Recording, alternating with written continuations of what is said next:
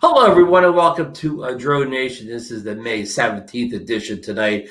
We're calling it the, this is the Fimi Mini special here. The good, the bad, and the ugly of this little sub 250 gram drone. Well, sort of.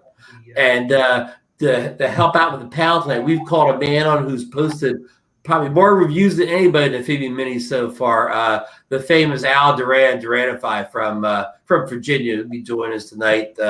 And he just, before we got on, he said he flew today, so he's got some fresh information for us. But we got a couple other stories we're going to cover tonight besides the Fimi, and I'll run down a list here in a couple seconds. But I want to send a big happy birthday wish out to our good friend Marcus Crawford. Yes, he is 39 today. It is his birthday. It really is his birthday today. And, we're really, we can't say more. We appreciate him so much. And, it's great that he's celebrating another birthday. So with no further ado, let's throw it over to the birthday boy right now. Marcus, how was the big day? Wow, Ron, thank you so much. That means a lot coming from you, especially.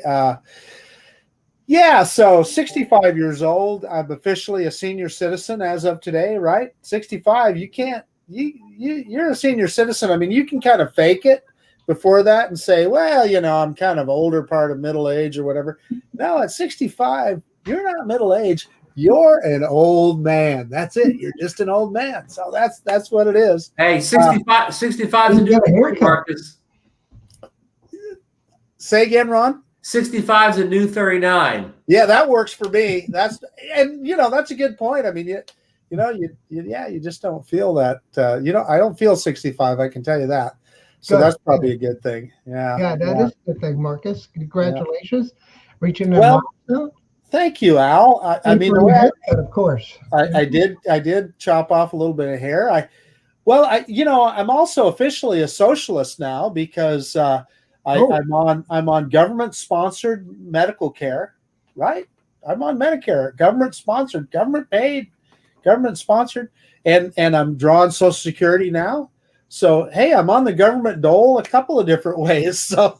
Well, the way I see it is you've been putting into the system forever. And what has the return been? 1%, 2% for all these years?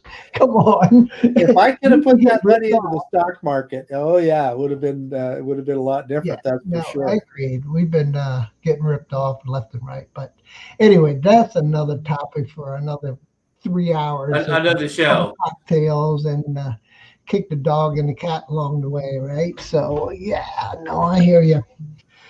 So so what was I doing today? I went out and I flew let me unzip it here. This is an orange drone. Looks like the Xeno. That I highly don't recommend. Thanks for the warning.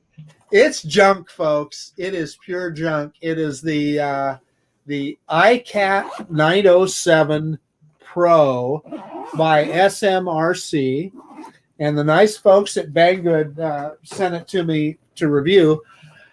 I don't think they're going to like my review. Anyway, it's let's just say it's a problematic product. What bothers me about that is I think about it and I go, well, a beginner is going to buy a drone like this and they're going to have all these problems and, anyway, just not good. But so wait for the iCat 2 Pro. I would just say avoid any drone that says iCat on it. That's what I'm going to tell you. But then also I was really happy. The nice people at Freewell sent me the all-day 8-pack for the Air 2S. So, that's one of our stories today. That's story number story number 3 on the list here. The ND filters from Freewell are shipping for the Air 2S now. I got mine through Amazon. But I was able to order them last week and they ship now. The reason I did not get them directly from Freewell is they were charging $20 shipping for the pack Marcus had. So I said, no, not $20 to ship a little box like this. So I went over to Amazon and got the free shipping as being a Prime member. But the good news is they're out. Especially, this is good news for anybody who did not order the Flymore kit for the Air 2S and did not receive ND filters. So this is a godsend for us people that they finally. Well, it's a better kit, Ron. A lot better kit, because it's got the polarized version too. So if you're flying around shiny areas like I usually do around water, Mark is just at a very high altitude. He doesn't fly that low. The break day pack is also polarized, Al. Yeah, so that's what I was going to say here. Yeah. I did not get any. All mine are polarized. I didn't get any of the non-polarized. Yeah. Well, I mean the Flymore combo kit. Oh, okay. That's making a point here. The point is that this product that you guys have right now is a better product, right? Because we didn't get the polarized version on the Flymore combo kit. Right. And explain to people why they would need the polarized filters, Al. Yeah, so polarization, as you know, is left or right, right? So what it does is when you make a crystal, when you shine your light through that crystal, it either reflects the light left or right, right? So that's how your polarization works. So when the light reflects off the water, it's only allowing it to come in through one plane, the left or the right plane. And that way it reduces the glare, and that way you get the clarity. So when you guys are fishing, you put on your nice shades on, you can see the bottom of the pond, because you're knocking out probably I would say about 60% of the rays bouncing off that water, and therefore you get the clarity, right? So that's the main thing. But great explanation. The glasses too, because some of the knockoff glass that we see coming out of the third world countries like China,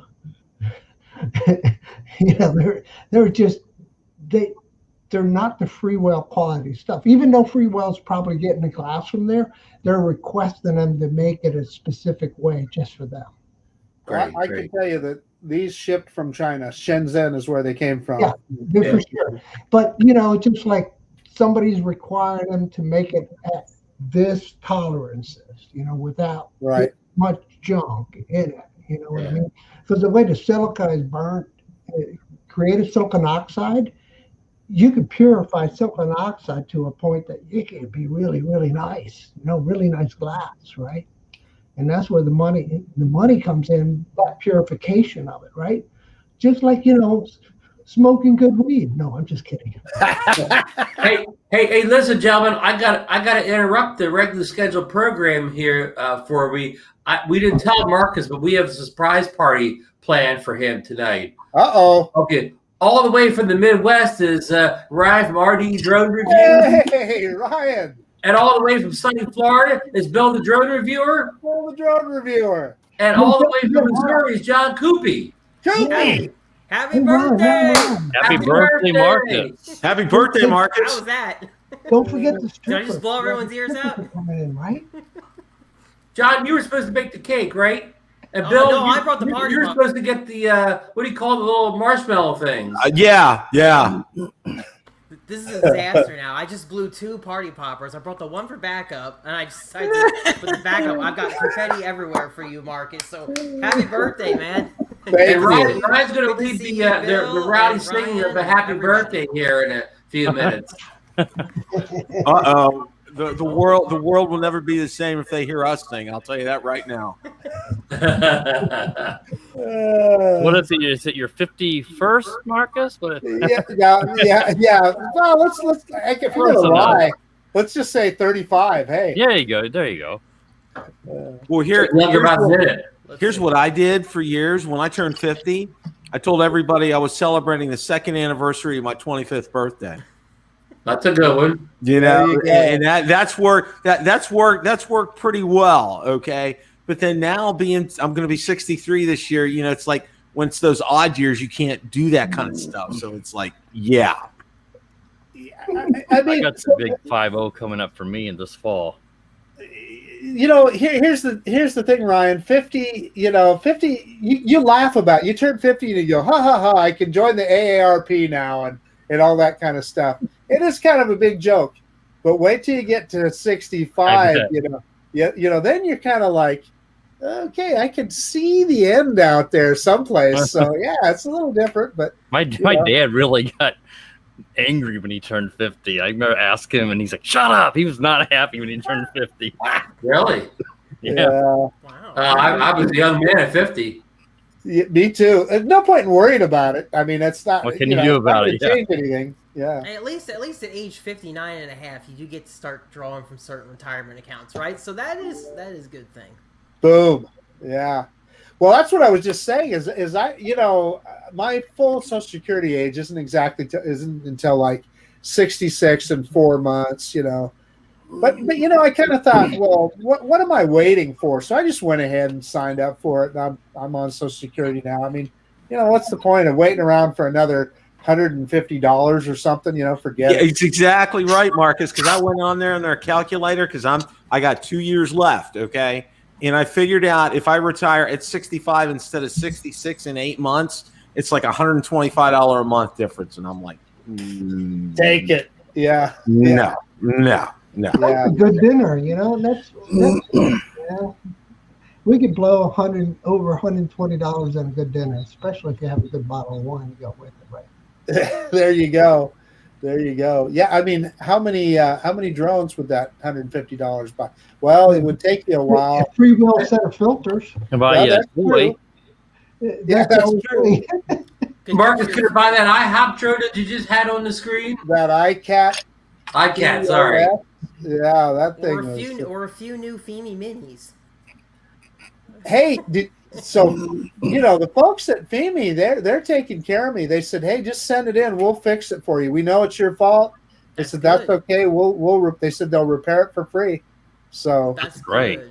Yeah. Hey, listen, we got John and Bill, and I want to cover a story. I don't know, one of the stories on the list here. Story 5, B&H. I think John and Bill both ordered the Fimi Mini drone from B&H, and I think you both have different stories. Could either one go first? Go ahead, John. What your experience was ordering the Fimi Mini from B&H, and what your status is at this point? So I ordered mine on April 7th, and I haven't even said a word to them about it until I believe it was just yesterday. I was able to get on the support chat just before they got off for their holiday, and they told me that they're expecting the Fimi to arrive on May 20th at their warehouse, in which then it will be shipped to me. And they said that they were very sorry, but they expect it to be there on the 20th. So, and then that was kind of it. So I'm actually looking forward to probably getting this thing, at least having it by next week, because when it ships, it's got the FedEx, I think, 1 or 2 day shipping or something on it too. So it should go out pretty quickly, if that's It's a true. fun drone. Well, here's my story, and it's a little it's a little bit the same. It's a little bit different. It's amazing, John, because what they told you, okay, they told me the same thing, and they gave me a date 2 weeks earlier. Oh, it will be in by X date, okay, and we'll have it out to you, and they'll start shipping it May 10th, okay. They said it was supposed to come in, what was it, the Friday before, and we'll start shipping it May 10th. We heard from them. They're going to do that. We're going to get that taken care of, okay? Then, well, they had out on their website, they had posted a date out there, okay? And I think they had May 20th for a long time. They just took it out. They just took it. They just took it off. So I went on again with them the other day, all right? And I asked them, I said, do you have an estimated date? And it's hard to get through. Number one, their phone chats, you'll be on there forever because of COVID. It's cut down, all that stuff. And even their regular chat, it's hard to get in. I got in, and I was chatting with him, and I said, do you realize what you told me is what somebody else told me 2 weeks earlier, okay? Because I got the same thing. They'd be coming on May 20th. So you know what I said? I'm done. I cut the cords. I said, give me a refund. I'm not dealing with you guys because they keep moving you along this path here, and it's a point of no return. And I'm like, okay, this sounds all too familiar with our good friends over in the Banggood company. That's what you expect Banggood to do that, not H. Exactly. You expect Banggood to do this kind of stuff, and then you have but B&H. I mean, come on! I've had nothing but great customer service from them. Everything I've got from them has been fantastic. Returns, they have been great with returns. I mean, a little slow in getting the money back, but nevertheless, you get it back. But with this, Bill, so I don't know anything, of course, but I kind of have a suspicion that B&H, they had that sale price and all that stuff. So clearly they expected to have those drones, right? They wouldn't have done that if they didn't expect to have the product to ship. I have a feeling that they are getting delayed by the manufacturer. Yeah. That would be my guess.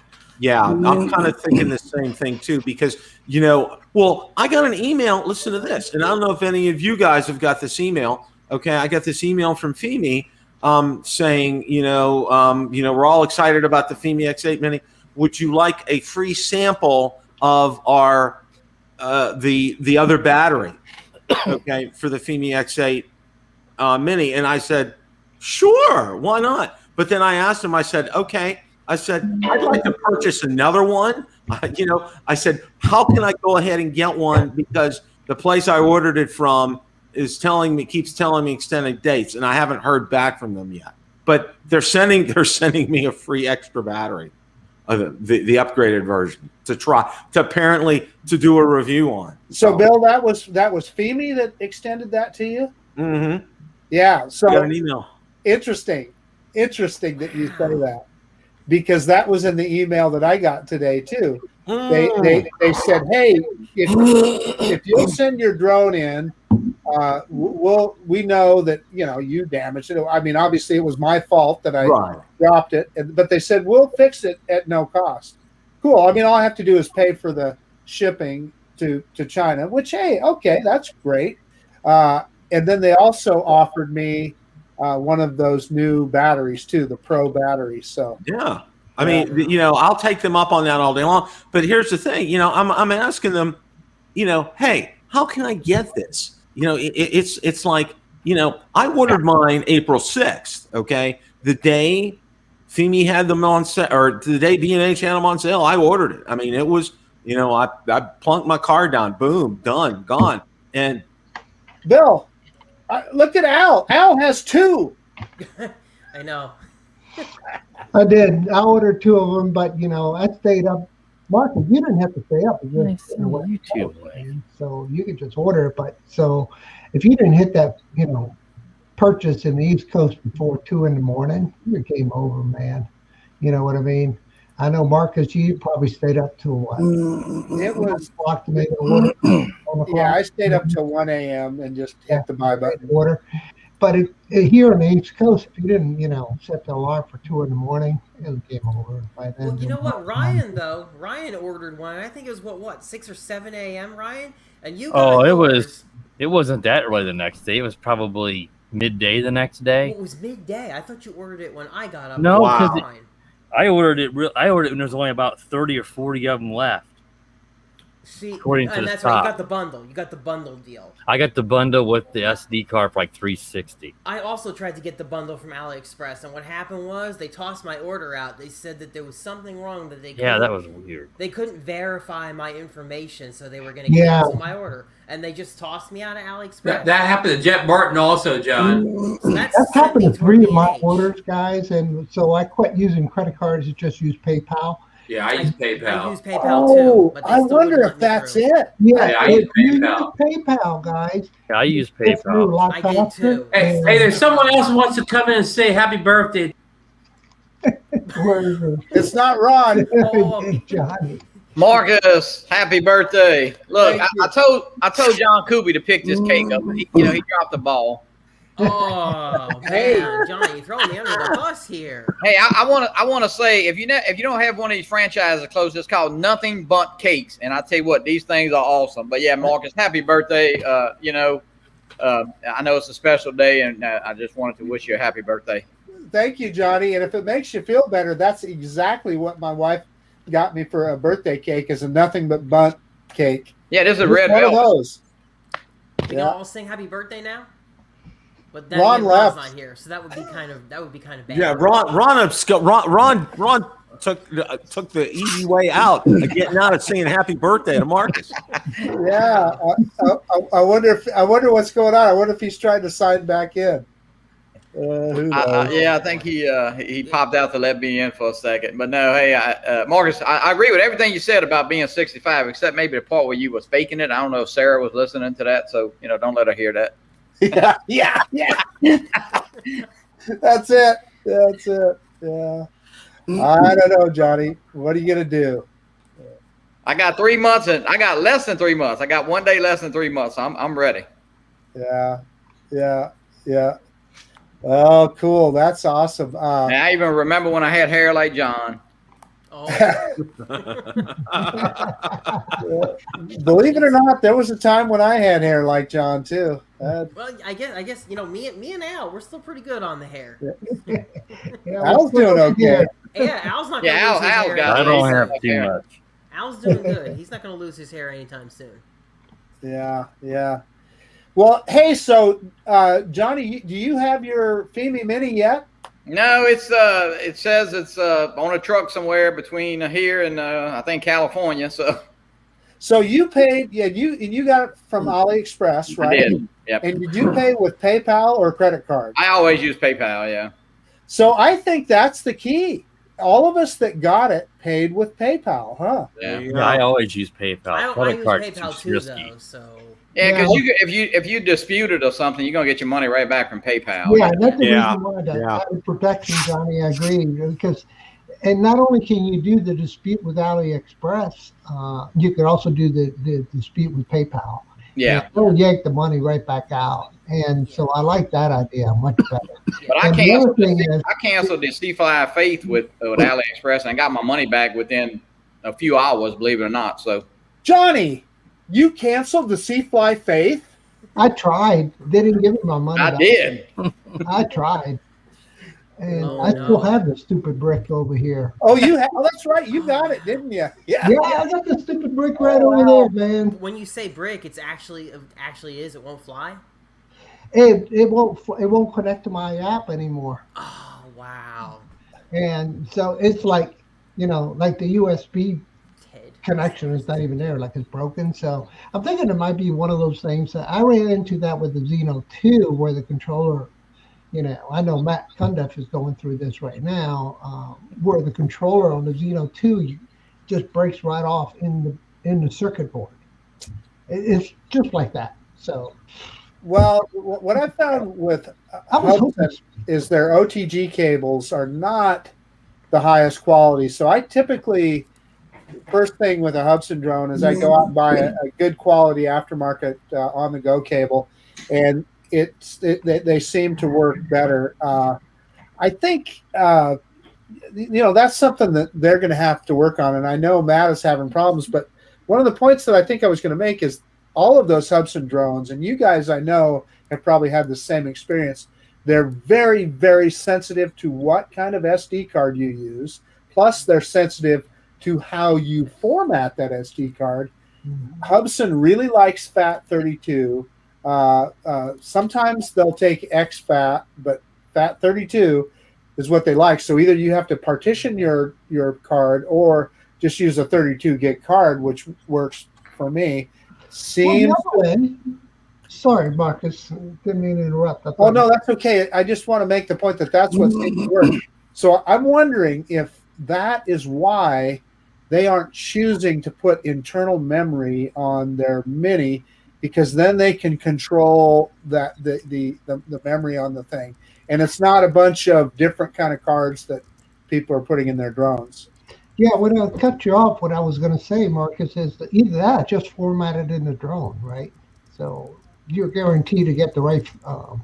Not always. I just found that that's not always true, Al. With Hubsan's, for sure. Yeah.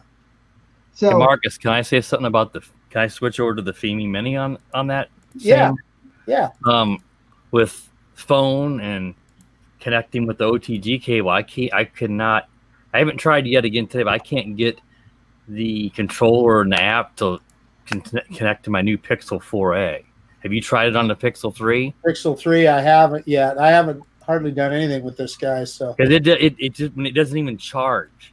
Now I've gone to developer Oh, options, so that means it doesn't even see that it's charging. So it could be the cable, but yeah. I'm wondering if maybe there's developer options. So maybe I need to go in there and switch and see if one of those work, because my LG G8, which I just switched from, which has got a cracked screen, this is what I had to use for my review, because this one does work with it when it's plugged in.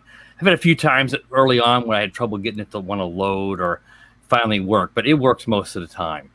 Just flaky stuff with Android. Issue where I couldn't get it to connect, so as soon as I plugged it in the controller, Android will show you that circle that is charging, right?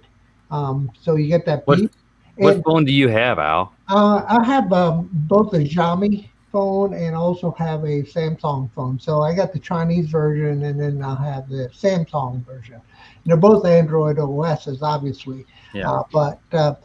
So I got into that rut too, and I had to reboot my Samsung phone for it to actually start working. And I was kind of like, when you get up early in the morning, you're going to get the shot for the sunrise and it doesn't work. You're like, oh, what did I even get up for, right? Because now I missed it because I'm fiddling around trying to get this troubleshooting done. You're like, okay, super frustrated, right? And it was a freaking phone. The OS locked up the USB port. Well, I've had that problem when I went to do my review a couple of days ago. I was out there and I plugged it in and nothing happened. Like, oh God, thank God I had my old phone in my other pocket. So I was able to use it, but I sat there so long. If you watch my review, I'm sitting there so long working with this. I come back and the Mini says its sensor's too hot. It's overheated. I've had to watch, but if I sit too long, it says IMU or something's too warm. I turned it off for 30 seconds, back on, it went. So I was real quick to want to get it in the air then, because I knew when in the air it would be fine. The DJI Mini will do that as well. Yeah. Because they don't carry two phones just like you do. And today, you know what I did, Marcus? You'd like this one. I did the infamous piggyback ride, man. The Mini on top of the XC. There you go. And I actually, man, got some really good shot. Put it over the water. I know I'm nuts. Could have lost two of them all in one shot, right? But it worked. It worked, and to feel the view on this thing is so much better than this. You said the camera's better? Yeah, I think it is too. I got both. The Mini camera is so much better. It is. It is. And I don't know about you guys. We've been playing around with the Air 2S for a whole month now. Man, that thing is impressive. I got to zoom in on Eagle's Nest, man. That was awesome. And I didn't get to disturb them at all, because in the middle of the river in the city, there's an Eagle's Nest, man. And they're like, got big old baby now. A month ago was little. Now he's like huge. He's like a teenager. And so the point is this, that we can do that zooming in with that digital function in the thumb wheel, right? Hey, Ryan, your Fimi Mini review was just spot on. That was really great. I just love the detail that you're very thorough and to the point in your review. I was upset that I forgot to record when I took off the second time. I had to use my screen recorder. You know how it is. Talking and then. Yeah. Have you guys know? I don't want to change it on you, Marcus, but have you guys who have reviewed this, are you getting comments from people and then that it's you guys know? I don't want to change it on you, Marcus, but you guys sort of feedback. Are you getting comments from people? Oh God. Hey Ray. You guys know? I don't want to change it on you, Marcus, but you guys sort of feedback. Are you getting Ray. Hey Ray.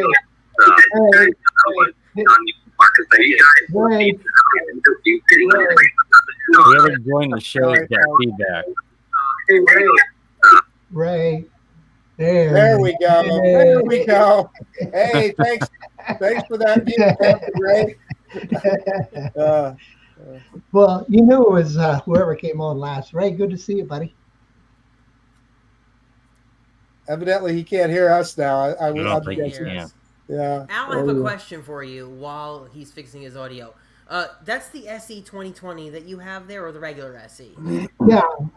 Today I flew to 2020. I prefer flying to 2018, to be honest with you. And that's the Not SE a switch. 2020 that you have there, or the regular SE? Yeah. Today I flew to 2020. I prefer flying to 2018, to be honest with you. And that's the SE 2020 that you have there, or the regular SE? Yeah. Today I flew to 20. I was glad to hear you said that you feel the Fimi Mini footage looks better than the SE 2020, because I was commenting on somebody's video where they had side by side, and I felt that the Mini footage looked better, and I literally had this guy come on and argue with me. He told me that he thinks I need glasses because I prefer the Fimi Mini footage over the SE 2020. And he's like, Yeah. I've got it on my 65-inch TV, and you need to watch it on a large TV, and then you'll see that the Fimi Mini is much worse. And I'm just like, oh my god. That's what I was trying to get to, John. I was trying to say that I think this camera's the best of the Fimis. And no, it's not perfect, but boy, it's really good. And I was going to ask you guys, are you guys getting those comments of people? I had a guy today, basically, I don't remember who it was, but he was commenting that, why would I want to buy this over the Mini 2? The Mini 2's camera blows it away. I'm like, first of all, I'm not comparing it to the Mini 2, but I think it's better than the Mini 1's camera. And secondly, if you're overseas in places like that, you may not be able to get the DJI for such a great price. This might be a better deal for you over there. So I've had several people commenting, yeah, there's some spotlighting or vignetting. And there are some gimbal issues. My gimbal is pretty darn good. It's got a little crookedness, as John and I yesterday were mostly John was comparing it to my Evo footage from the same place to use it as a reference. But I think it looks really good. I mean, for this price, wow. Yeah, Ryan, I think It's solid camera. Yeah, I agree. you've got the best gimbal operation that I've seen on any of them that I've seen so far. I mean, even if you look at Ron's today, he had a pretty good gimbal tilt in his. But the other thing that I think is most important on yours, Ryan, is I saw no shake in that gimbal. Yeah, I've had no shakes. I'm so lucky. But the other thing that I think is most important on yours, Ryan. Who's doing that? I think that's. Earbuds. I think Ray's trying to get it figured out here. But and you know what else too? I think the Mini compared to the SE 2020 from the various footage that I've seen has less of the vignetting issue. It does seem to depend though who has it, because some Mini footage that I've watched, it's very apparent, and others it's not, and then others it's like I wouldn't even. I could see the vignetting over the water in my video. That's what, and I think, what, that's going to cause problems for a lot of cameras. That reflection of that sun was really bad. But here's what I'll say about that vignetting. I guess if you're looking for perfect photography, buy something better than a $319 drone to begin with. But number two, that vignetting, it's just not that big of a deal. That picture is so crisp. And the other thing I like about it is the color science. I think they did a great job on the color science. Oh, the color's vibrant, great. Yeah, I was going to say that the colors may be a little bit too vibrant, but you would expect that on a budget drone, and it has an F-log in there if you want a flat color profile that you could edit more. Hey guys, I want to bring that up. Anybody in the panel, do you think they could cure the vignetting in with a firmware update, or is that something that's just like? Is that something built in the camera that's never going to be able to be fixed? That's sensor related. But It's definitely sensor related. That's unfixable with software, Al? Yeah, so you can definitely tweak all those parameters. It's all about trying to get the algorithms right with the sensors right. Mm-hmm. And but I had a question for you guys. Have anybody tried a panorama on the Fimi Mini yet? I haven't messed with any smart features yet, none of that stuff. I never got that far. Okay, fair enough. So I was looking inside this stupid little thing in there one day. I don't know if you can see it. Man, I found solder stuck to the walls in here. Really? Yeah, and I haven't posted it, to be honest with you, because I didn't want to slam them. pretty hard. But I was it's kind of hard to see, but it's in there, man. It's right at the bottom. I don't know if you guys could see it. It's going to be really hard to see in there. But anyway, yeah, so I was peeking in here because I'm getting ready to do some modifications to it. I'm going to mod it.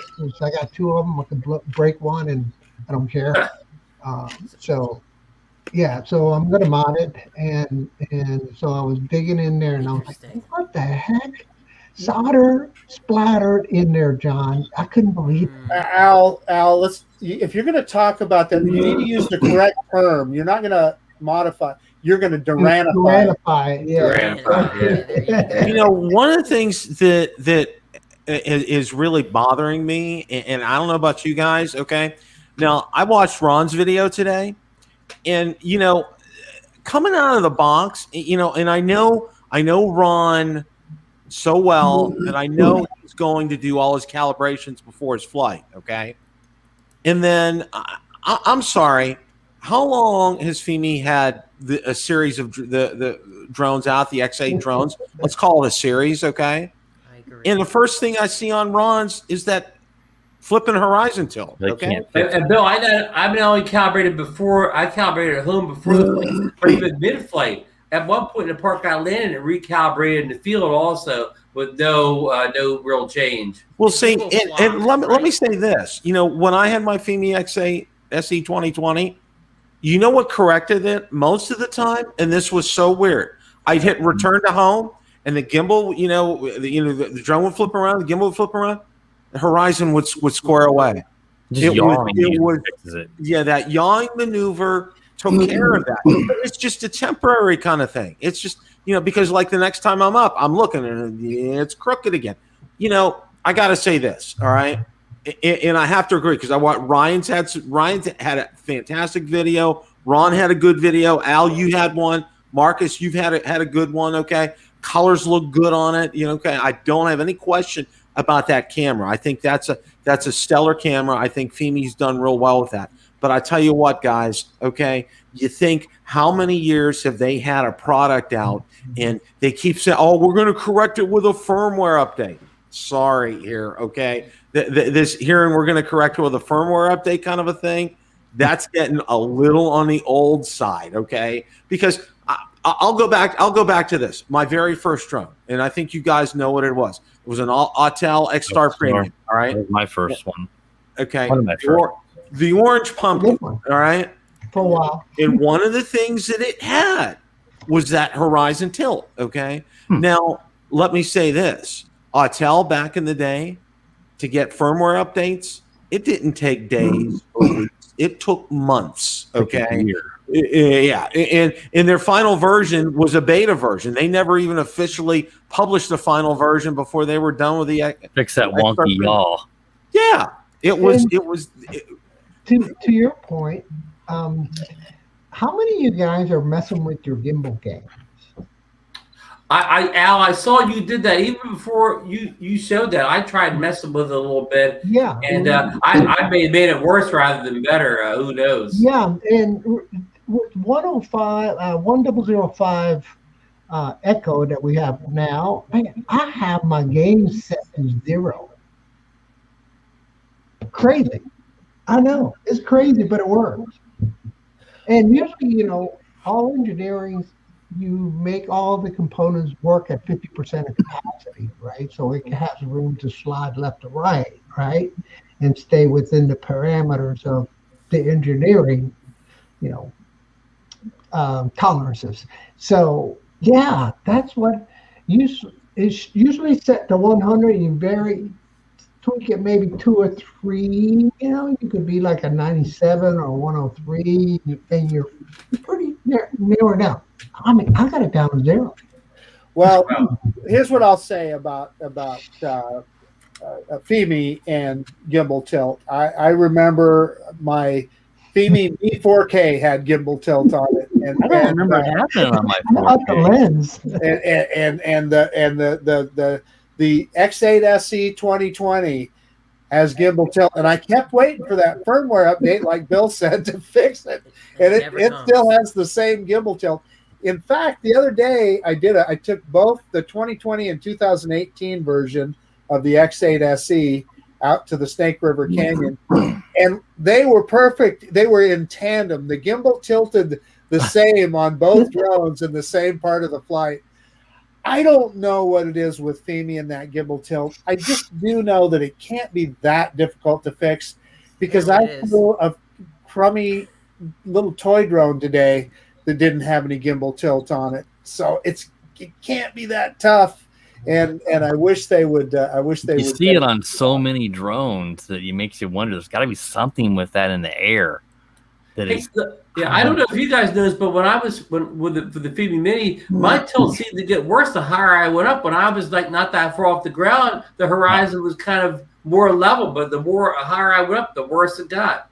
Yeah, Ron, me and Ryan watched your video today, and we were actually discussing in a chat about this whole gimbal tilt and firmware thing. And I agree with Bill 100%. We were talking.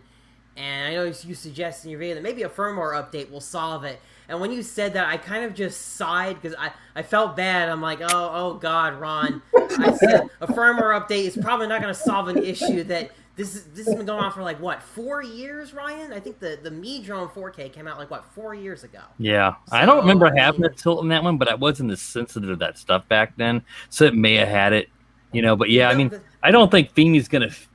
Fimi just... In my video, I said, you know what, guys, the first video, I didn't see it. Somebody did. A few people did. But I was like, you know what? In this video, I'm not going to say there's not going to be it because Fimi has a reputation with having gimbal tilt. So you can't say a drone coming out is not going to have it because we know their track record. Oh, right, man. and it's a shame because you guys are right. The camera's the camera's really great. The camera's a nice camera, but the fact that they just can't get this gimbal thing right is a huge Achilles. And it seems that mine, I don't think it always tilted the same way, so I don't know if a gain's going to fix it because it might tilt the other direction next time. Yeah. That's what I'm worried about. Well, maybe Phoebe could hire one of those DJI engineers that got laid off, and maybe he could be the Horizon guy that they can hire. Hey, good one, Ron. Good one. You know who gets on Fimi all the time about this? Is Gunther from Gorilla Man. Oh, gee, help me. Oh my gosh, she rides them like a cheap. Hey, let's talk about the positive side to that little drone. Though. So I'm telling you, it is a sporty little flyer. I love the flight controls on it are really good, and flight time is long. Well, I didn't have a great, but maybe I only flew mine really twice. So, but it flies really sporty. It's fast. It has good control. What little I messed around with the tracking worked awesome. I haven't tried that yet. And then the camera, like we were just saying, the camera, the color is good. It's sharp. If I hadn't have had the little shake in my gimbal and so forth, I would have been happy with it. But I want to jump on what Mark's is saying here. As a flyer, of course, you don't fly as precise as you do DJI drone, but it's definitely faster than Mini 2. In fact, in normal mode, it seems like it's in sport mode. I put it in sport mode. I was in the 40s or whatever. It's definitely I'd say much faster, but it's faster than the Mini 2. It's no doubt. Hey, John, when you get yours, pretend you're flying an FPV drone down low line of sight. Just let it rip. I'm telling you, it's fun, man. That's what I've been doing. Just pretend you got, you're just doing your FPV line of sight flying and just let it rip. It is pretty cool. You can make some nice turns, and it stands on his nose pretty fast. So I don't know if it flies much worse than my Mini. Al, you know what I'd love to do? I want to take that naked GoPro that I built. I want to put it on that Fimi Mini and see what I can get with it. I know it seems kind of bonkers to do that, but I just think it would be so cool. Well, I got an air unit coming in soon. I was thinking about mounting an air unit right on top and just running the DVR on it. Or I could just take my Patek Vista right out of here. But I ordered a Patek Vista coming in too, so I could just take and put it on top. I've been thinking about a lot of crazy stuff like you have, I'm sure. I wonder how that would behave though with the 5.8 and all that. As it is, I'm kind of concerned about putting the GoPro interference. on there Yeah, because of the GPS. I mean, it already interferes with the GPS that I Agreed. have on the Flywheel Explorer. So I kind of wonder what might happen with there. I might have to use the old copper foil trick to. that's exactly what I was thinking. Because you can't run without antennas because you're going to blow your VTX up. So therefore, you can put a Faraday shield on top of it. Yeah, that's what they used to do prevent in the signal from coming out. And That's what we'd we be used to good do in the shape. Blade Chroma days and the 350QX. They included this copper shield that you would put on your GoPro Hero 4, and it would wrap around it, and it would help to, direct the RF noise from the camera out and away rather than into where the GPS is stored. But that's a whole other story. We'll see what. Did you see what happens happened to my? Oh, ow, that's depressing. That's your Baby Hawk HD, right? Or is that Tiny No, Hawk? the Baby Hawk I built, but this is the Freestyle Tiny 2. Oh, the Freestyle. Oh, man. Yeah, so I blew it up. So I just put a new stack in it, and it's got an FPV VTX in it, and I put it lollipop. Now So it's all FPV. I mean, I can't wait to fly it. Marcus, you gotta go FPV too. You gotta go FPV now. He's like, Hey, Drones can are I going want to ever share real fast here, guys. Roy Kelly, he just couldn't get this audio Oh, concert, but he really wanted to come on and wish Marcus a happy birthday. So I'm going to do it for Captain Ray. A very happy birthday, Marcus Crawford. Hey, Ray Kelly, I thank you so much. That means a lot. Thank you, my friend. Hey, so you guys are talking about RC today. I went out and I flew that little piece of junk drone today, but I was out at Heroes Park, and just as I was finishing up, a guy shows up with a Super Draco model airplane. Oh, Holy cow, was that cool.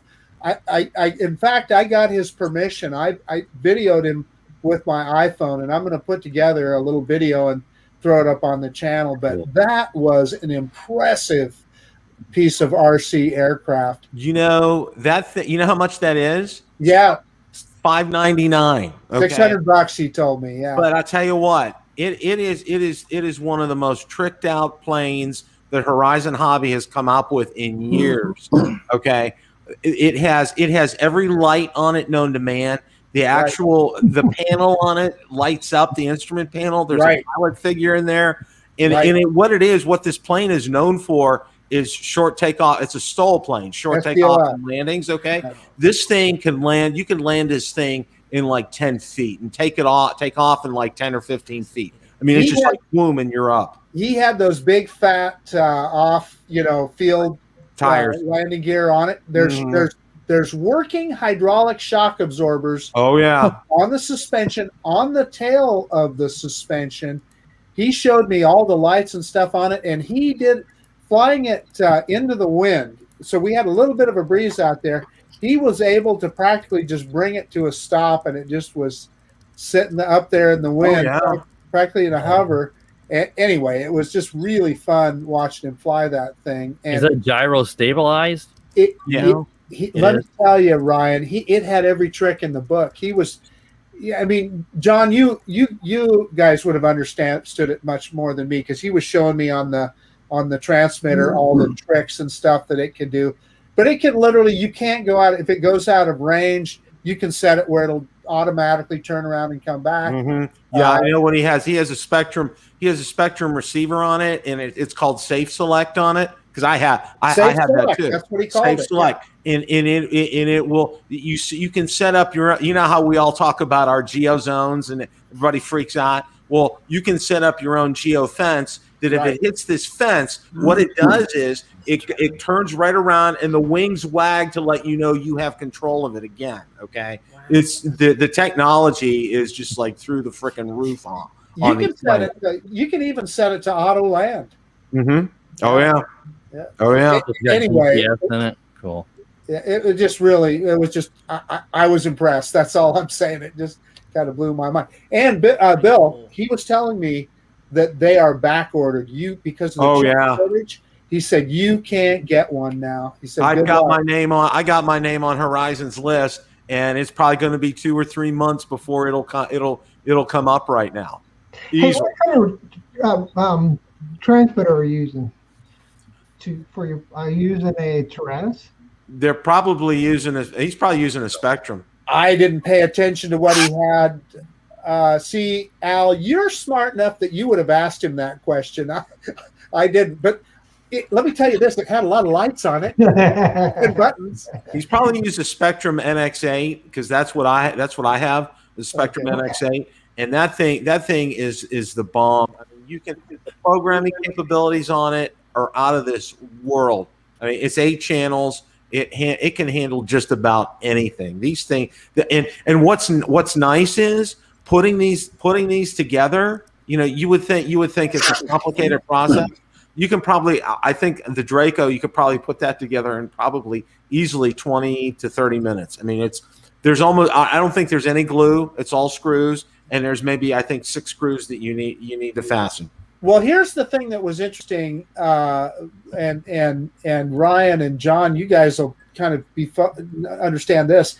He had a hobby charger that he was charging the batteries. They were 6S batteries that he was using.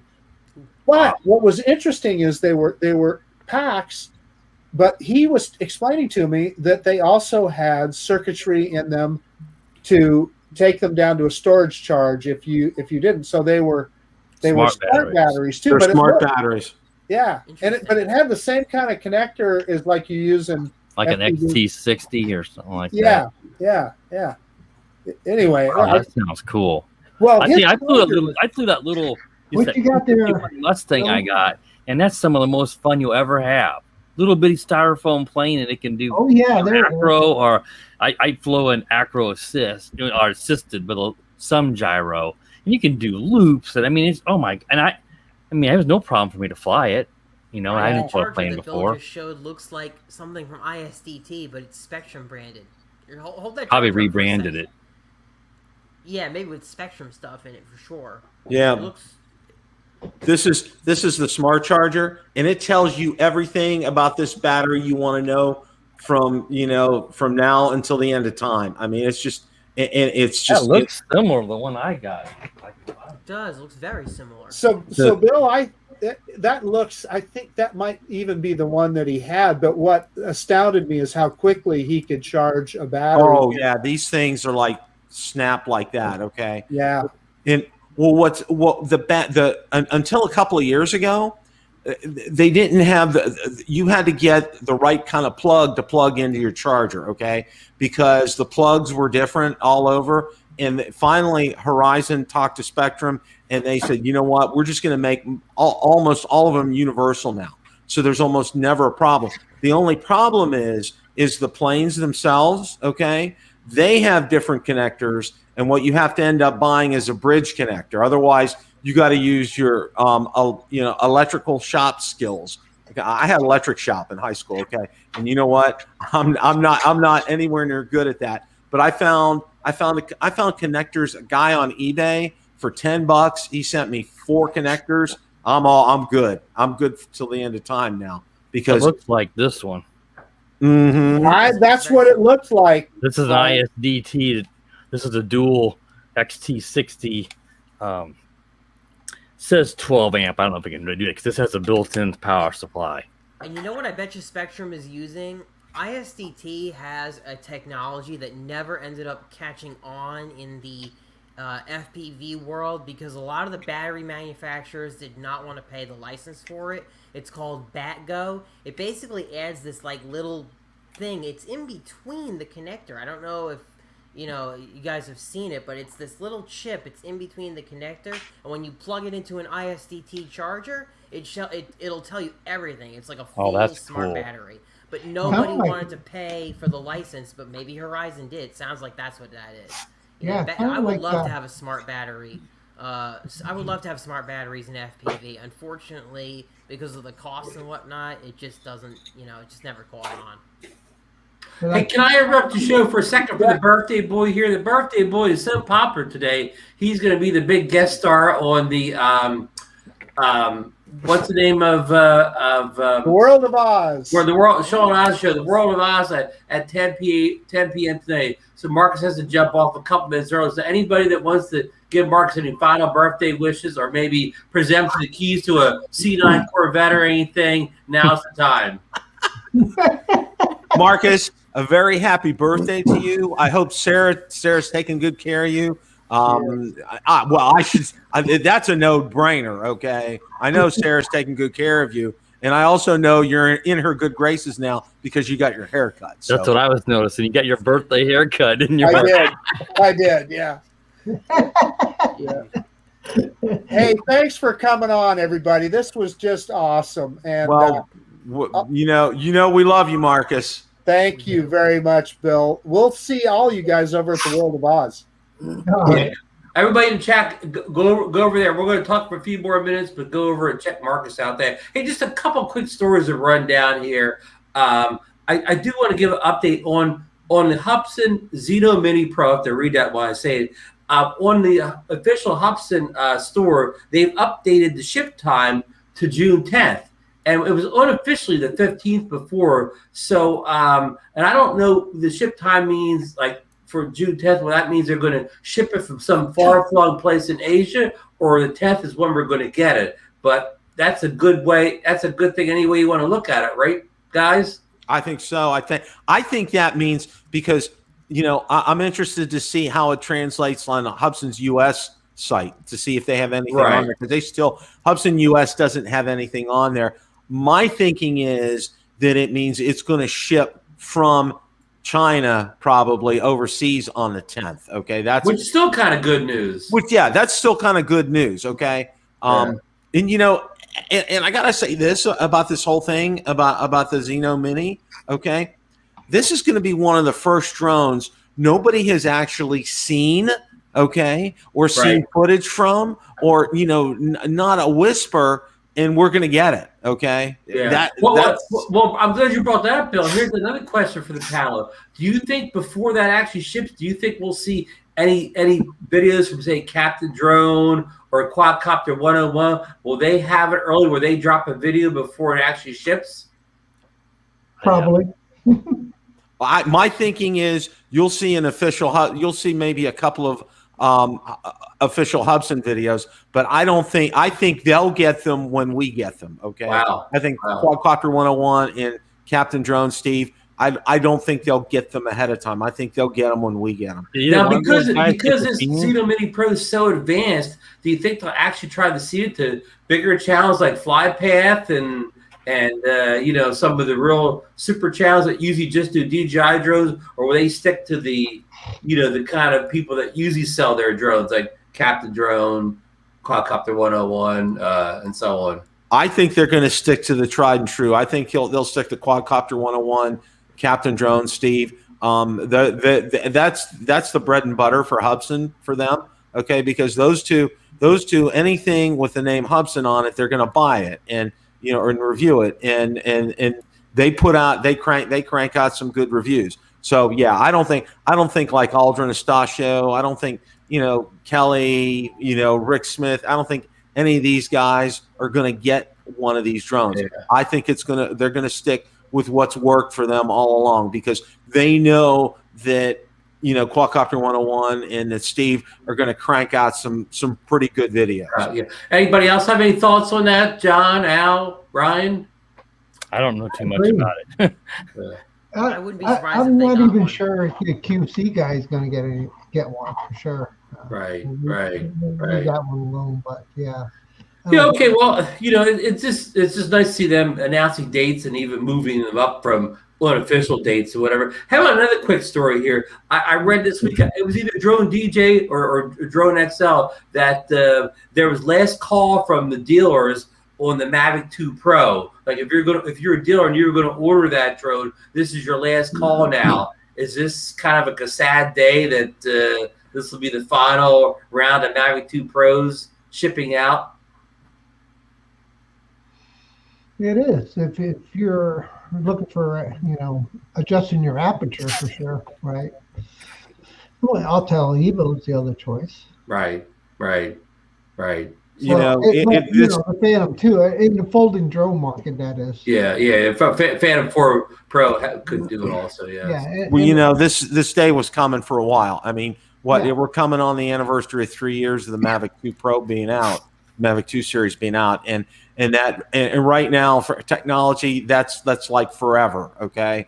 Yeah. You know, it's like infinity. And Like 3 decades. yeah, and Al's right. And, you know, the writing's on the wall, and it's coming sooner rather than later. My prediction, it's probably going to come out right around the same time. I think we'll see it maybe in August sometime is when it's going to come out. And I'm telling everybody, and, you know, if you are interested, you better start putting money in your piggy bank, okay? Because this thing is probably going to be cracking pretty close to $2,000 is my, if not a little bit over. Base I don't price, think it's yeah. going for 3. Yeah. Well, maybe they'll have different configuration system, but anyhow, so this is kind of the last call for the Mavic 2 Pro. So it's kind of an end of an era, right, guys? Yeah. Yeah. It's kind of a sad day in a way. Hey, one quick thing before we let everybody go here.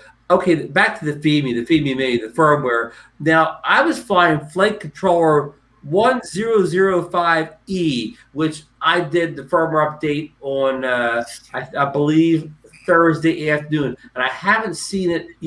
I've checked today for another firmware update, and it's still at that. Ryan, Al, can you confirm that you're on Flight Controller 1005E?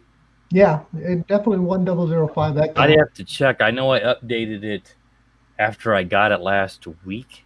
Okay. I got it, but it doesn't come up and tell you there's an update. Yeah. Mm-hmm. Yeah. But then usually I go into the app and check to make sure there's not one that didn't apply. Yeah. Do it in there. I didn't notice it the other day, so I can't say 100% certain. It kept nagging me to update, and I declined the first 3 flights because I wanted to see the difference. So I got to check mine to confirm. Yeah, mine came in at 1002 Golf, I think it was. Yeah, 1002 Golf is what it came in at. And I declined to update until I got my first 3 batteries. Because I want to see the difference between. I might be able to look in here. On my first initial flight I did, I took a screenshot of the firmware update that I did, so that might help. Yeah. I should do what you did, Al, but I just immediately jumped in. I just charged the battery up enough just to do the firmware updates. Yeah, because you had 2 months go through the pain and suffering, so why not just jump to 1005E? I'm gonna check what hardware I've got as well. If B&H ships mine, Gorilla's Garage probably took the brunt of it because he was like documented. I think he had the A's through Z list. I don't know if you saw his whole alphabet. Yeah, I've seen almost all his early videos. Yeah. So he documented. He had a notebook, man. He wrote down all the little things. He did. I don't know what this one is. So what do you guys think? If B&H is getting these in, that's got to be second batch, right? Because they claimed, I think, that they sold all of the first batch out, right? That was their claim. So we would be waiting on the second production batch at this point from B&H. Yeah, you're right, John. Yeah, we'll see what happens with that. Bill, I'm glad you shared that tonight because if they drag me out on this, I guess I'll give them some time. But knowing what you said, I'm not gonna have too much patience, and I don't blame B&H for it. I honestly blame Fimi more than B&H. I agree. They're just going off of what they're saying. But I'm not just gonna let them have my money tied up for months on end. If they can't get it to me, then no. Someone also said that they were worried about B&H being able to honor that because that was the introductory price, and that maybe they just might not be able to get them from Fimi and still be able to sell them. Who knows? That could be going on too. They might be having that is a concern. Argument. That's a rumor, of course. Yeah, that would be a concern. If you shoot emails they didn't sell that many at B&H, and now they can't get that price. So who knows? They might be going back and forth with them on it. They should honor the price, so I don't think B&H will try. They should. I don't think they'll cancel it on you unless they can't get them. Yeah. Well, they keep dragging Bill out, so and they're dragging me out, I guess, until the 20th. So let's see what happens. Let's see how far it drags out for. Yeah. Hey, as far as compass calibration on the Fimi Mini, I know that's been a big subject even from, if you guys watch Steve Drones, he was somebody from England had got it a little bit earlier than the Americans did. And Marcus told me, and I used the Ryan Duvall method to calibrate the Fimi Mini. The first time I just did it normal, spinning around, it didn't work. But the second time, I spun around and moved up and down at the same time, and it calibrated on the second try. Well, you remember that I did that on my old 4K meter? Marcus reminded me. They told me to do that, Fimi did, and I didn't have a problem with the Mini, but that 4K me drone, that thing would not calibrate, and their developers kept pushing me special firmwares until they finally said, do it like basically like a jackhammer as you're moving, and it works. It worked for me in the field, and I even mentioned that video I put out. I even mentioned about doing the Ryan Duvall compass calibration dance, moving it up and down at the same time. I'm twisting around. Hey, I'm I have sorry. to go back and catch that I part. don't know what that is, Brian. What is it? How do you do it? They just basically, Fimi's saying when you're spinning the drone. Well, I think on the Fimi they wanted you were supposed to hold it and you actually physically turned your whole body around like I'm in the chair. But in the Mini you just can just rotate it in your hand. But you basically are taking the drone and doing this as you're turning it, going up and down with your hands. I don't know why that'd make a difference, but I'm sitting here I'm sitting here with the 4K me drone. This is like 3 years ago, and I'm standing here and I'm going like this with it in a circle, and the thing says successful. And I tried. They told me to go in the middle of a field. I was waiting for metal. I was trying to. I was ready to throw the thing because it worked fine until one of the firmware updates, and then that screwed up the compass calibration. Oh my god! I remember that. I remember all the compass. That was probably 4 years ago, probably. Mm-hmm. Horrifying. Yeah, I mean, you're so close to getting it flying, and all of a sudden this thing hits. And it wouldn't take off until the compass was calibrated, so I had to do it. So it was, thankfully, Fimi worked with me, and I was, my channel was really small then, and I'm surprised they did because I didn't have, I was under 1,000 subscribers back then, way under. Well, 1,000 subscribers been a whole lot more back in those days. Oh, it absolutely did. There wasn't near the competition we deal with now. Yep. It's like Bitcoin. Yeah. No, it was 1,000 subscribers was a big deal back in what was this 2017, Ryan? 2016, 2017, and back then, different world. If you wanted to worry about monetizing your channel, there wasn't all the viewing restriction. You could make money with one subscriber. If you had a video go viral, you know what I mean? Yeah. Oh, you didn't have to have all the views, Nope. restrictions, and the numbers. Yeah. I never had to meet that because something John did either. We were already, when they implemented that, we already were good. Yeah, you grandfathered in. Because it was 100 subscribers, and then they made it the 1,000 and the 4,000 watch hours. Mm-hmm. Yeah. So John wasn't monetized back then either. That wasn't even didn't matter to now you. YouTube's basically forcing monetization on videos. You could make a video, not monetize it, and they'll Still run. So you might as now. You might as well make the money yourself. Right? Yeah, exactly. Mm-hmm. That's the way it's going. So how much longer do you think before we'll see another Fimi Mini firmware update? I would think pretty soon. Yeah, I think it's coming tomorrow, and they're going to have a fix for the Horizon. And it won't make a difference. It'll say fix gimbal issues, and then they'll be like, well, this did nothing. Or it's worse. Did you see the comment in the chat a long time ago? Drone View Media talked about Hubson always has a flat horizon. They do have a good horizon. I just don't think that was pretty good. The Xenos, I don't think fly as well as the Fimis, but the gimbals are better. The Fimis have a little bit better flight controls, you think, Ryan? I think so. I'm not pulling enough. I'm just going by what I've seen. I don't have any Xenos, but the Xenos close to the ground seem to really do a lot of dancing and hopping. They do. Listen, I took my Xeno they do that all the V1 time, out, man. and I just remember how bad it was. Like it's going to hit the ground. Yeah. That's like the toy drones. I on my channel, the toy GPS will take off and then they'll go, and they'll come back down. They'll go back and like, geez, what's going on here? And it's like, it almost touches the ground again. But once they kind of get gauged, then they'll level out. But the gimbals that Hubson put on them, they're pretty good. They really don't have near the amount of crooked horizon issues, at least in my experience, that Well, even I've seen the Fimi stuff. But this is going to be on my first Fimi drone. Everything I've ever seen has just been from other people on YouTube. It's been from all you guys. So we'll see what happens. But I'm pretty much, look, after watching your review today, Ron, I'm pretty sure that I'm going to have a Fimi too with a crooked gimbal. I mean, everyone seems to have it. So it is what it is. Yeah, Well, I mean, by the time your BT order arrives, they had the miracle firmware fixes already in place. Maybe so. You know, it's gonna, you know, it hurts them to do this, right? Because now all these initial videos are going out. And I say this every time a new drone is released, right? All these initial videos are going up, and they're all gonna show this bad crooked gimbal, and it's gonna affect the sales of it. And this is the first impression. And you know, it's another blunder for someone's gonna be like, really well, heck, I'll is. just save a little more and get a Mini 2, and not have these issues. Or the Hubson. People are now going to be maybe looking toward the Hubson. You know, And well, John, this what you said there sort of parallels the Zeno one when it came out, and all these reviewers would show how it didn't hover well on takeoff, and that kind of hurt it. Even though if you actually started flying it, that didn't mean anything. Yep.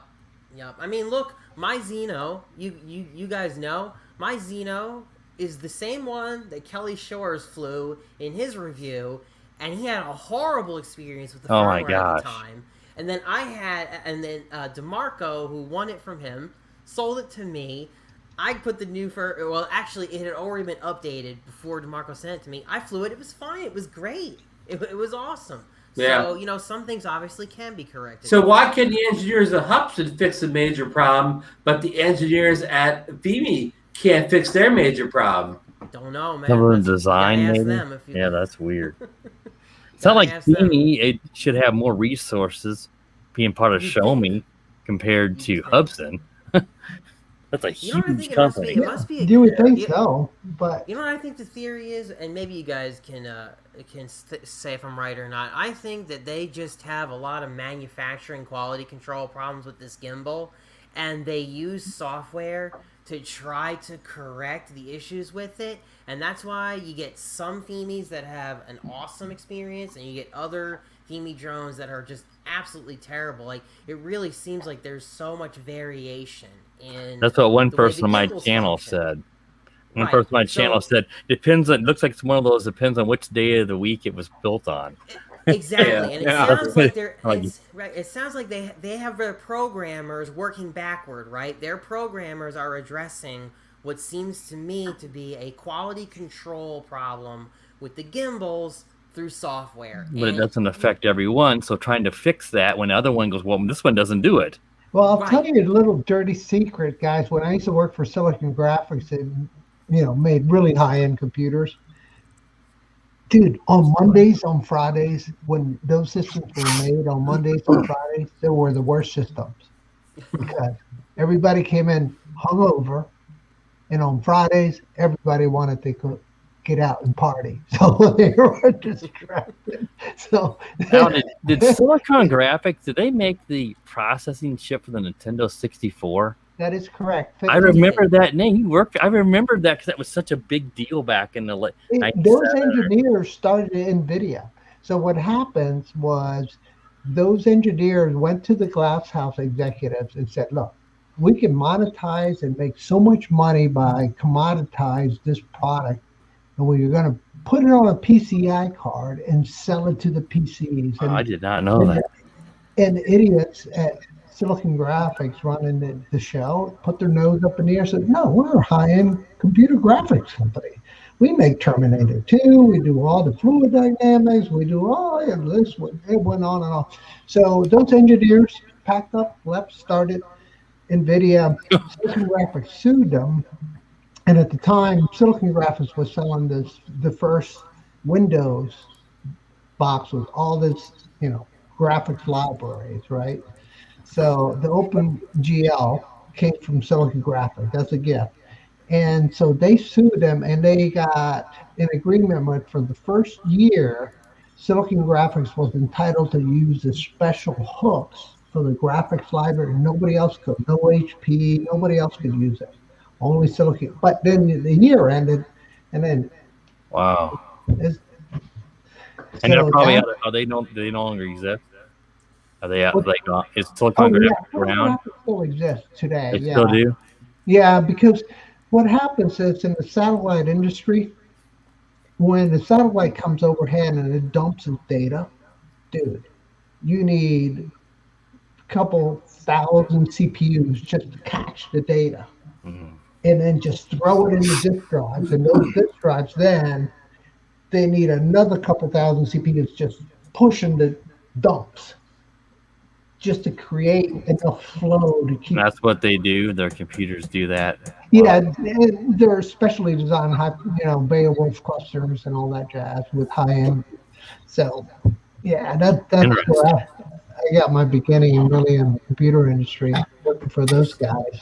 Yeah, so maybe my theory is not far off, that they get a lot of these gimbals and their strategy has been, we'll try to fix them in software, and that's really just not the right approach. I mean, just a theory. Just a theory. I mean, this was before my time, but people do that all the time with this stuff.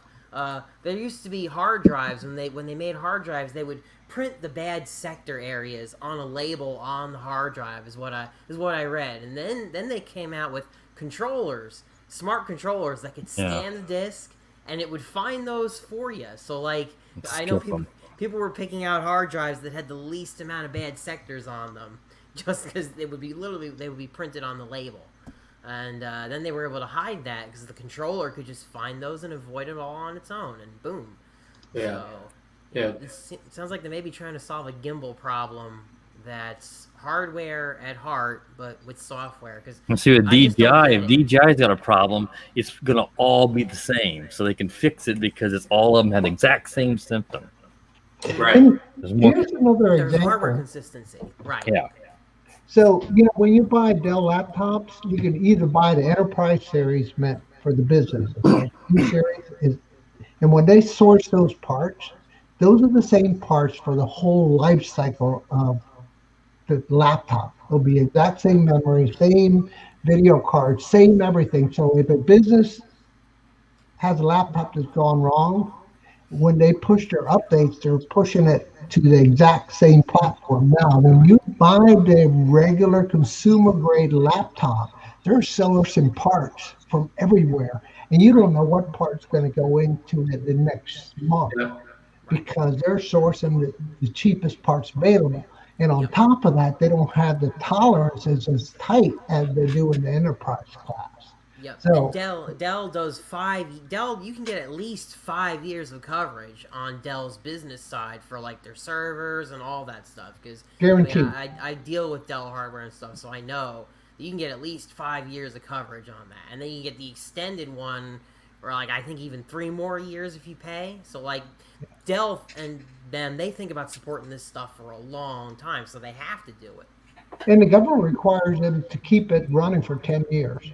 Right. Right. So, yeah, because, it's enterprise class business versus the consumer side. So I think that's what we're dealing with. DJI could also be related to kind of like the military grade tolerances versus the consumer grade tolerances. They're sourcing a lot better components than most of the other electronic companies that we see out there building stuff. I guess the conflicting thing for me is, how long do we excuse Fimi for what seems to be making the same mistake over and over and over again? I know the price. It's only $320, but damn, it's so disappointing to see that it's still prevalent. The Crooked Horizon thing is still prevalent. So Right, you're right. It's almost incredible that they would go all the trouble of release this big mini drone and bring the same old problem to the table again. It really is perplexing. Why go to all this effort if you don't know you can get the most important thing squared away right at the beginning, that Horizon. Right, and as it is, the Mini itself is a bit rushed, right, guys? Because it came out in the 250-gram class with that lithium-ion battery, which makes it not even an under 250-gram drone. So, I mean, Hey, guys, was this a reaction? Did they know the Hubson I Mini think Pro so. was coming, and they wanted to get out first? I think so. Absolutely. I think so too. I think they heard through the grapevine, Hubson's got this coming, and they were like, "Crap, we better get this out." Hey, Ron, you made a comment a little bit earlier about Fimi being a bigger company because they're owned by Xiaomi. Okay, and that does make a lot of sense. But where did Hubson get all this money to produce this Hubson Mini Pro with all these features and all these extra, like multi-chargers? Did they get an influx of cash to be able to release something that's kind of, we haven't seen a drone yet, but DJI level in terms of the packaging, like all the accessories, everything being available to order from the beginning? This is totally out of the realm of anything Hubson's attempted before or anything Fimi's attempted. Where did this money come from to do all this? I don't know if I guess maybe they got some investors or something. I mean, because I can't imagine they would be that profitable. But they do a lot of cheaper drones. Maybe they have a good profit margin. They do have a lot of products that have been paid off for so long. I mean, the 501 is still selling, that FPV drone still selling, their airplane still selling, and the list goes on. They've been around for a while compared to some of these fly-by-night companies too, so that does help. But Ron, here's another question that I like to ask the panel. So the Xeno Mini Pro, as they're calling, is coming out. Do you think they're rushing it to beat Mini 3? So I would think they'd want to. I would say so. And so they definitely want to get out before the Mini 3. They definitely want to be out by summer. Bill, you mentioned this on one of your shows. Yeah, the timing's perfect on this for us. Well, Marcus really kind of hit the nail on the head with all this. Okay, he said, because Fimi's been the talk. And then Xeno comes out with this, Hubson comes out with this, and it's just like nobody's talking about, or very few people are talking about the Fimi anymore. Everybody's talking about the Hubson right now. They stole all the thunder. They sucked all the air out of the room. And and I guarantee you this, Frank Wang, he's not sitting in his condo at night wondering what's going to be next. No, he already knows. My guess is they already have a prototype, and they're going to be gearing up and getting this ready. It'll probably come out. My guess is around November again. That seems to be a real nice fit for them, because that is the perfect drone for a Christmas gift. Yeah. Because of the price point, because of introducing new people to the hobby. And I'm going to tell you this, okay? You think the Xeno Mini is going to be tricked out? You wait till you see the Mini 3, okay? It's probably going to fly upside down. All right, I'm just saying. If Frank Wang wants it to fly upside down, they'll find a way to make it to fly upside down. Okay, I mean, it's going to have everything in the book on it and then some, and it's going to be at a very aggressive price point. Thank you, Bill. Yes, it's going to be an interesting year for this is kind of the year of the Mini drone, and we'll run full cycle. We start a year off with the Mini 2, with the Fimi Mini, the Hubson Mini, and then we'll end with the Mini 3. So it will be the year of the Mini. And there's really no other players out there in the game unless Autel would ever release the much rumored Autel Mini drone, which some people say will never happen. They should, because they need to get into that sub 250 class. Kind of everybody needs to have a horse in that game, right? Yep. In price point too, because Autel's price point is pretty high. Well, not as a more recently, Bill. They've I know they dropped. Yeah. I saw that they're dropping it. I always thought the original Evo was pretty competitive priced at the time. The Evo 2 not so much, but right, the Evo 1 came in at the same $99 price point that the original Mavic was. Yeah, $999 is what I paid for mine. Right, and then they had it on sale lots of times for $899 after it had been out for a while. So they were competitive with the DJI drones. And they also had that really bad gimbal tilt too. I didn't have it much in my Evo 1. Ken Dono would just crush him over that one. He had a lot of problems with his gimbal. And even the Evo 2, you can see a little gimbal tilt once in a while. Yeah. It's not like a major issue like a Fimi, but you can see it once in a while. And I think a firmware update kind of put it in there a little bit, maybe on some of the smart things, but it's in there a little bit. But it's Hey, Ron, you also see it in the Mini too. And a lot of drones have it every once in a while. Yeah, You do see it. and you see it in the Mini, the DJI Mini also. Oh, I've seen the Mavic 2 Pro. And every drone is capable of having a crooked horizon under the right conditions. Especially yawing really quick back and forth, stuff like that. It throws it off. Yep. Hey guys, I'm calling it a night. I got an early call tomorrow morning. Well, thanks for coming in and joining guys. It was birthday boys going. Great panel on here. You know what? I'd like to have all you guys on my show some Tuesday night. So I'll make it happen if you guys want to show up. I would love to have you guys on because this was an excellent panel. I thoroughly enjoyed it. It was a great panel tonight. A great video, by the way, on that. The Air 2X versus. Oh, thank you, Al. I meant to tell you that earlier. Awesome. Well, hey guys, have a good rest of your evening, and we'll catch you later. Okay. Good night, Bill. Don't forget, Bill Drew, if you're 8 p.m. Eastern Standard Time tomorrow night. That's right. Don't forget to plug it, Bill. See you guys tomorrow. Yeah. Hey, listen, we're going to wrap up here, folks. It's almost 10:30. Give us time to go over there and Pastor Marcus on the World of Oz. So, does anybody have anything they want to plug or say on the way out the door tonight? All I just want to say is, where's my Fimi Mini? Where's my Fimi Mini? I want John to get it. I'm going to piggyback. Yeah, I want to call B-Nation and say, get John that Mini because I want to see him start reviewing it. And mine was in mine spent more than a week sitting in Miami. Must have been stuck in customs before it finally moved north Chicago, and mine went to Chicago, then to Queens, New York, and back to me. Does that make any sense? I'm in Illinois. So it kind of sounds like the airlines. You know how you take a trip to go to Florida and you end up going from Virginia to Chicago and then back down to Florida. Al, I wish I had my Mini's air miles. Yeah, exactly. Well, you know what, Ron? Maybe B&H will really keep their word here, and that's an actual real thing. And on 520, and you'll get that super duper pro battery.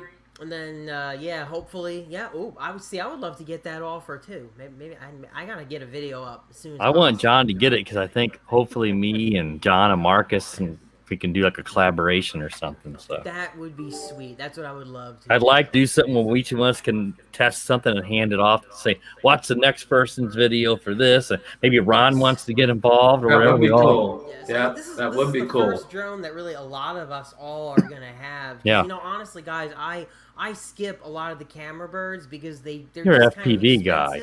Yeah, and they're also just kind of expensive for me, right? Like I'm not gonna drop, $800 on a new drone or $1,000 on a new drone. This one's a little different. Yeah, this was $320. So this could be the same kind of adventure the Zito 1 was. Hopefully, they'll eventually make this drone into what it should have been through firmware updates. Maybe it'll take a few weeks, few months, but maybe they'll actually get it right. Maybe they'll make it worth the money you're paying for it. It'll do what it's supposed to do. Yeah, me too. I mean, look, for $320, I just still don't think it's that bad. But I wish we could say, instead of saying it's not that bad, to wow, it's great and amazing. Like I wish we could get to that point. Mine's not that far off though from being it. I mean, right. That's what I was telling Gorilla Man when he was commenting. I was like, you know what? I said to him, I think on his channel, I said, I think you're being a little critical for a $320 drone. I mean, it's still pretty darn good. You can't expect. He agreed with me. He said, "Yeah, I make valid points." Girl Man just he really tests these things. He doesn't cut him any slack, and I guess they shouldn't. Maybe they shouldn't get any slack. He doesn't give it. Yeah, he expects perfection.